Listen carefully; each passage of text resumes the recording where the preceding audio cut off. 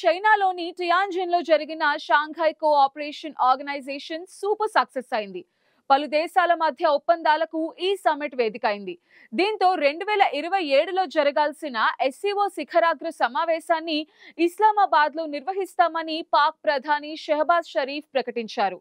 రావల్పిండిలోని road development event లో పాల్గొన్న షెహబాజ్ షరీఫ్ ఈ హై ప్రొఫైల్ ఇంటర్నేషనల్ మీటింగ్ కి తక్షణ చర్యలు తీసుకోవాలని అధికారులను ఆదేశించారు. ఇప్పుడే ప్రిపరేషన్ స్టార్ట్ చేయాలని, ఇస్లామాబాద్ ని మరింత అందంగా తీర్చిదిద్దాలని ఆదేశాలు జారీ చేశారు.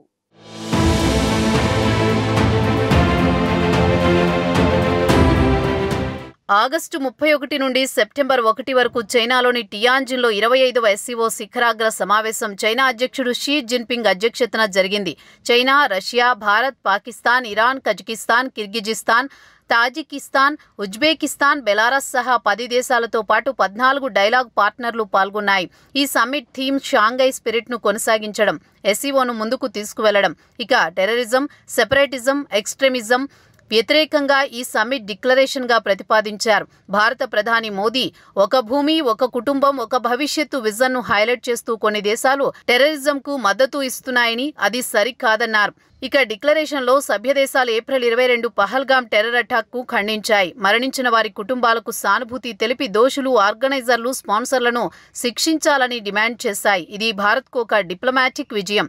అయితే జూన్లో కింగ్ దావ్లో జరిగిన ఎస్సీఓ డిఫెన్స్ మినిస్టర్స్ సదస్సుకు భారత్ నుంచి రక్షణ మంత్రి రాజ్నాథ్ సింగ్ హాజరయ్యారు.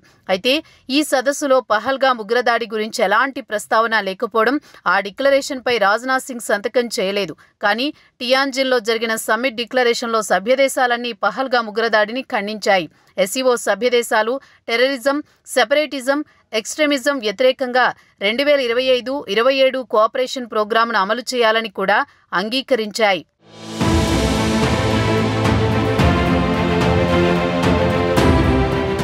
ఇక టియాన్జిన్లో జరిగిన ఎస్సీఓ సమ్మిట్లో పాకిస్తాన్ ప్రధాని షెహబాజ్ షరీఫ్ ఇండస్ వాటర్ ట్రీటీని లేవనెత్తారు. ఎస్సీఓ సభ్యదేశాలన్నీ అవుట్ స్టాండింగ్ డిస్ప్యూట్లపై స్ట్రక్చరల్ డైలాగ్ చేయాలని పిలుపునిచ్చారు. ఏప్రిల్ 22 పహల్గామ్ టెర్రర్ అటాక్ తర్వాత భారత్ ఇండస్ వాటర్ ట్రీటీని నిలుపుదల చేసింది. పాకిస్తాన్ వాటర్ షేర్ను వార్ యాక్ట్గా పిలిచిన నేపథ్యంలో ఈ చర్చలు జరిగాయి. డిక్లరేషన్లో ఎస్సీఓ సభ్యదేశాలు ఐడబ్ల్యూటీను అంతర్జాతీయ చట్టంగా గుర్తించి ఎస్సీఓ సభ్యుల మధ్య ఉన్న అంతర్జాతీయ ఒప్పందాలకు అందరూ గౌరవించాలని పేర్కొన్నాయి. ఇది భారత్, పాకిస్తాన్ మధ్య ఉద్రిక్తతలలో ఎస్సీఓ సమతుల్య వైఖరిని స్పష్టం చేసింది. అంతేకాక భారత టెర్రరిజం వ్యతిరేక వాదనకు మద్దతుగా నిలిచింది. పాక్ డిప్లొమాటిక్ వర్గాలు ఐడబ్ల్యూటీను వయలేషన్ ఆఫ్ ఇంటర్నేషనల్ లాగా అభివర్ణించాయి. ఎస్సీఓ ద్వారా దానికి ఒక స్పష్టత రావాలని కోరాయి. కానీ టియాన్జిన్ డిక్లరేషన్ పహల్గామ్ను ఖండించడంతో పాక్ ఐడబ్ల్యూటీ వాదనకు డ్యామేజ్ జరిగినట్లయింది. ఇక పాకిస్తాన్లో ఐడబ్ల్యూటీతో పాటు టెర్రరిజం, కనెక్టివిటీ, రీజనల్ స్థిరత్వం విషయాలను లేవనెత్తింది. ఐడబ్ల్యూటీని ఉద్దేశిస్తూ ఎస్సీఓ సభ్యుల మధ్య ఉన్న అంతర్జాతీయ ఒప్పందాలకు అందరూ గౌరవించాలని షరీఫ్ పేర్కొన్నారు.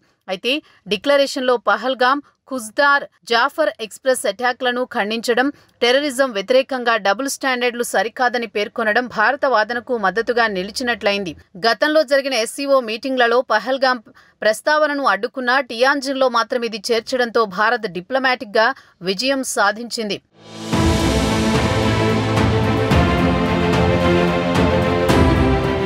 2027లో ఎస్సీఓ శిఖరాగ్ర సమావేశాన్ని పాకిస్తాన్ ఇస్లామాబాద్లో నిర్వహిస్తుందని షరీఫ్ ప్రకటించారు. ఇస్లామాబాద్ను మరింత అందంగా మార్చడానికి, అంతర్జాతీయ స్థాయి నిర్మాణాలు చేపట్టాలని, ఇన్ఫ్రాస్ట్రక్చర్ను అప్గ్రేడ్ చేయడానికి తక్షణ చర్యలు తీసుకోవాలని అధికారులను ఆదేశించారు.